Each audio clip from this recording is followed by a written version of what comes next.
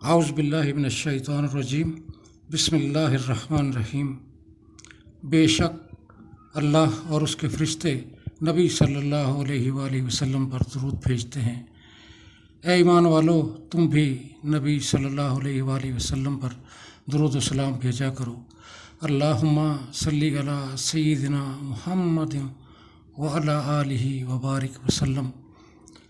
محترم سامعین، السلام علیکم۔ میرا روحانی چینل میں میں آپ کو خوش آمدید کہتا ہوں۔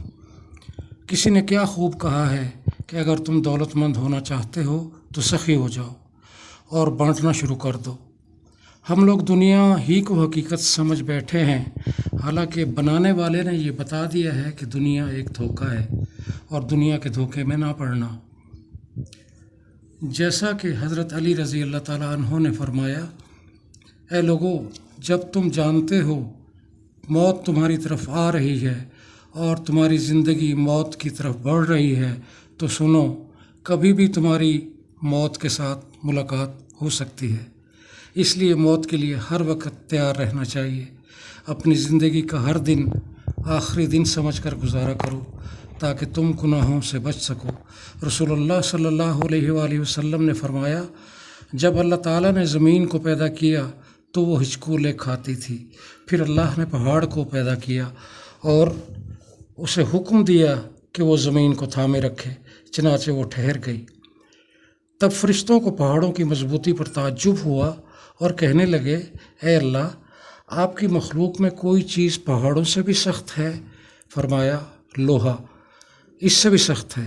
پوچھا، لوہے سے بھی سخت کوئی چیز ہے؟ فرمایا، آگ۔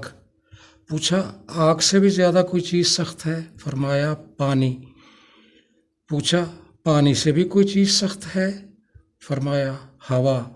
ہوا پانی سے بھی زیادہ سخت ہے۔ پوچھا، ہوا سے بھی زیادہ طاقتور کوئی چیز ہے؟ تو اللہ نے فرمایا، ہاں، وہ آدمی جو اس طرح صدقہ دے کہ دائیں ہاتھ سے دے تو بائیں ہاتھ کو خبر تک نہ ہو۔ عرش کا سایہ 7 آدمیوں کو نصیب ہوتا ہے، ان میں سے ایک وہ بھی ہے جو دائیں ہاتھ سے صدقہ دیتا ہے تو بائیں ہاتھ تک کو خبر نہیں ہوتی۔ سامعین، آج بہت ہی پاورفل وظیفہ آپ کے ساتھ شیئر کر رہا ہوں۔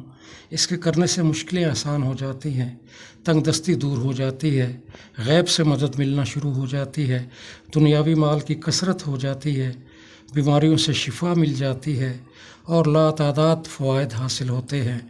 یہ وظیفہ غموں کو خوشیوں میں بدل دیتا ہے۔ بے شک سب کچھ اللہ رب العالمین ہی کی طرف سے ہوتا ہے۔ طریقہ اس کا اس طرح ہے، اول و آخر 11 مرتبہ درود شریف پڑھیں، جسم اور لباس پاک صاف ہو۔ عشاء کے بعد سونے سے پہلے 121 مرتبہ روزانہ پڑھیں، پھر اپنے لیے انتہائی عاجزی اور خلوص کے ساتھ دعا مانگے۔ انشاءاللہ اللہ تعالیٰ آپ کی مدد ضرور فرمائیں گے۔